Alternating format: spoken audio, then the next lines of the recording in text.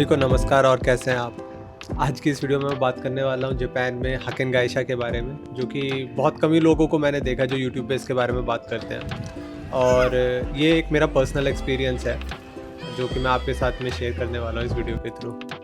आशा करता हूं कि ये वीडियो आपके लिए इन्फॉर्मेटिव रहेगा, तो अंत तक देखिए। ये सब लोग इसके बारे में ज़्यादा बात करते नहीं। यहाँ पे मैंने देखा है, मतलब यूट्यूब पे भी जो लोग वीडियो बना रहे हैं वो हाकेन गाइशा और उनके किस तरीके के कहते हैं हायरिंग प्रोसेस, तो उसके बारे में उन्होंने ज़्यादा कुछ मुझे तो नहीं मिला आज तक। तो मैं कोशिश करूँगा मैं उसके बारे में बात करूँ। एज अ फ्रेशर जब आप किसी हाकेन गाइशा में हायर होते हैं तो आप स्किल सेट के मामले में अगर आप सोचें कि मैं एक पर्टिकुलर डोमेन पकड़ लूँगा और उस डोमेन के हिसाब से ही काम करता चला जाऊँगा, तो वो थोड़ा डिफ़िकल्ट होता है। होता यह है कि आपको कई कंपनीज़ के साथ इंट्रोड्यूस कराया जाता है और वो एक्सपेक्ट करते हैं कि आप ऑन दी जॉब जो भी स्किल रिक्वायर्ड होगी उसको एक्वायर करके, आईटी रिलेटेड जैसे कि कोई भी प्रोग्रामिंग लैंग्वेज हो सकती है, आप वो एक्वायर करके आप प्रोजेक्ट्स पे वर्क करेंगे क्लाइंट्स के साथ। बट इसका नुकसान मुझे ये लगता है कि आप मान लीजिए प्रोजेक्ट ओवर होता है and they let you go, तो अगर आप उसके बाद बहुत ज़्यादा टाइम बेंच पे रह जाते हैं तो वो आपके जो सैलरी होती है उससे भी कट करने लग जाते हैं, मतलब 80% कर देते हैं। ऐसा मेरे कई फ्रेंड्स के साथ हुआ है कि if they were on bench, उनको उनके जो मंथली पे था उसका सिर्फ 80% मिल रहा था।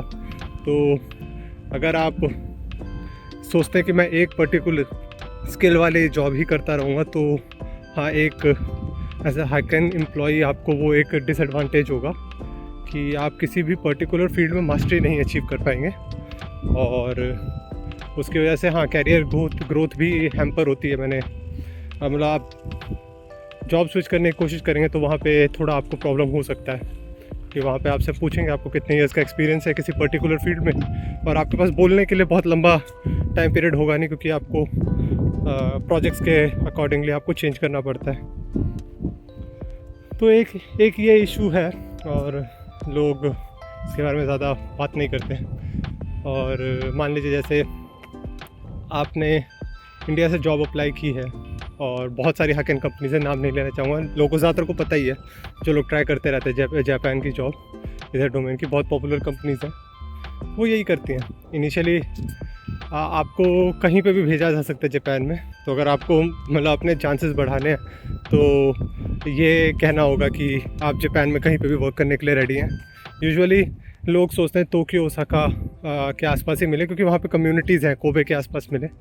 बट अगर आपको आपके जॉब मिलने के चांसेस बढ़ाने हैं तो आप अगर आप ये बोलते हैं कि मैं जापान में कहीं पे भी वर्क करने को राज़ी हूँ, तो हाँ, वो आपको ज़्यादा कंसिडर करते हैं। और हाँ, इसमें ये भी हो सकता है कि आपको ऐसी जगह भेज दे जहाँ पे रिलेटिवली पॉपुलेशन भी कम हो। हाँ, कॉस्ट ऑफ लिविंग के हिसाब से आपको फ़ायदा हो सकता है, बट आसपास कोई इंडियन कम्युनिटी नहीं मिलेगी, तो that is going to be an issue. एक मेरी फ्रेंड थी, उसको रिसेंटली जब वो जॉब स्विच कर रही थी तो नागोया के पास जगह है, तो उसको टोयोटा सिटी करके है, वो दूर है थोड़ी, नागोया से भी 1 घंटा बाहर है। नागोया में भी इंडियन पॉपुलेशन है बट उतनी नहीं है। सिंस उसको जॉब स्विच करनी थी और उसका वीज़ा भी एक्सपायर होने वाला था, तो उसको वो जॉब एक्सेप्ट करनी पड़ी और अभी वो वहाँ पे जाके काम करने का प्लान कर रही है, देखा। बट हाँ, वो उसके लिए बहुत डिज़ायरेबल सिचुएशन नहीं है, तो एक ये भी इशू रहता है कि आप अगर एज अ हाकेन गाइशा एम्प्लॉई आते हैं तो वो आपको जापान में कहीं पे भी भेज सकते हैं।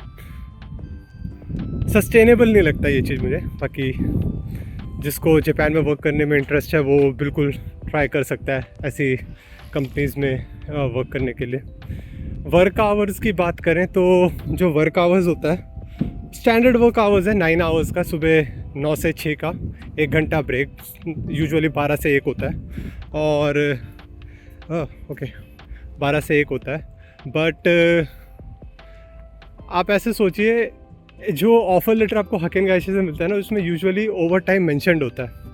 तो आप सोचते हैं कि मैं 9 से 6 निकल जाऊंगा, बट वो होता नहीं है। आप क्योंकि कोई उठता नहीं है तो आप 6 बजे तक बैठे रहोगे, 7 बजे तक बैठे रहोगे, फिर लेट निकलते हो, लेट घर पहुंचते हो, फिर वही एक साइकिल चालू हो जाता है।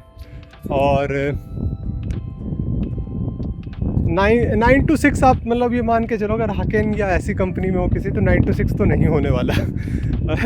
और मान लीजिए कि अगर आप टोक्यो रीजन में हैं तो हाउसिंग एक इशू है, तो हाकेन में हो सकता है कि आपकी जो कंपनी होगी ना, उससे आपको 1 घंटा 1.5 घंटा दूर 1 से 1.5 घंटा दूर आपको बाल ख़राब हो रहे हैं, हवा तेज़ है, तो 1 से 1.5 घंटा दूर आपको वो मिले, रूम मिले। और जो मेरी फ़र्स्ट जॉब थी, मुझे ऑलमोस्ट 1 घंटा 45 मिनट लगता था एक तरफ से ऑफिस तक जाने में, तो दिन के मैं ऑलमोस्ट 3.5 आवर्स ट्रैवल ही करता था। एक करीब 9 महीने तक वो मैंने जैसे तैसे खींचा, उसके बाद आई स्विच्ड। और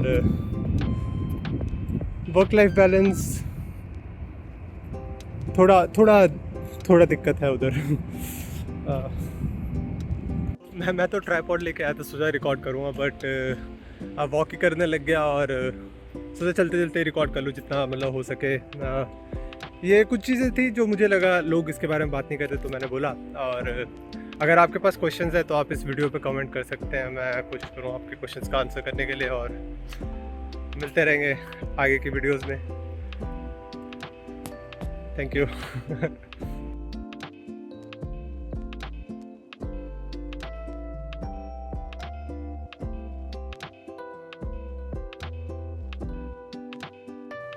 You're still here. It's over. Go home.